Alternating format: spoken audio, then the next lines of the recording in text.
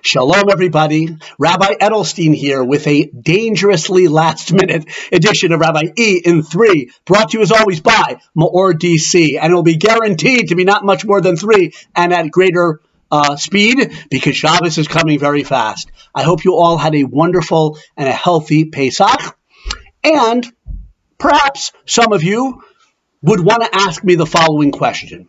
Rabbi E, as I or we move beyond Pesach, what wisdom can you give us from the Torah to take us as we move beyond Pesach? Let's address that question. Put succinctly, bread, yes. Bats and snakes, no. We'll get to what that means. But first I want to address the first part of the imaginary theoretical question. The person said, remember, let's review. The person said, Rabbi E, as we move beyond Pesach, what wisdom could you give me from the Torah as we head beyond Pesach? And I said, bread, yes. Bats and snakes, no. Okay, but with the first part, as we move beyond Pesach, quote unquote, why move beyond Pesach? Why should we want to rush beyond Pesach? And in fact, even if we want to move beyond Pesach, it ain't going to happen. So many of our commandments are Zecher L'Tzias Mitzrayim, are a remembrance of the leading of Egypt. Tonight at Kiddush, in a few short hours, we'll be saying Kiddush over a cup of wine or grape juice, and we say Zecher L'Tzias Mitzrayim, the beautiful institution of Shabbat. That great mitzvah that is a sign of our covenant, but the sign of the covenant between us and God, that beautiful, holy day of delight and rest, Shabbat, is in memory and remembrance of the exodus from Egypt. And there are many understandings to why that is.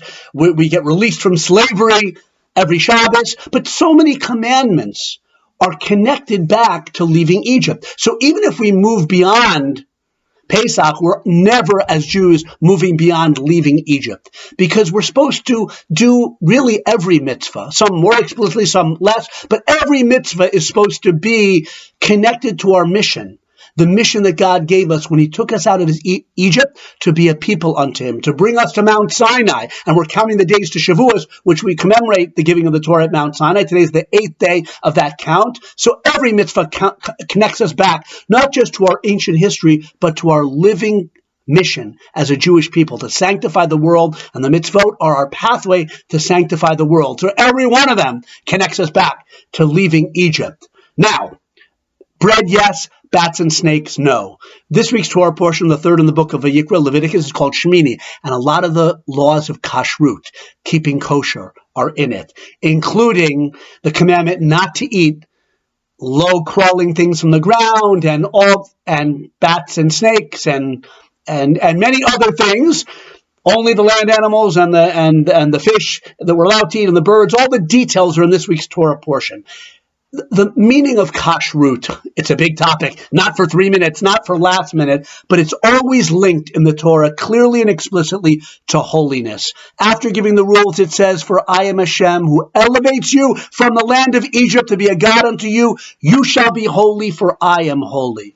An explicit connection of the laws of kashrut, of avoiding the foods that the Torah tells us are non-kosher, and non-kosher because ultimately they're spiritually damaging to us.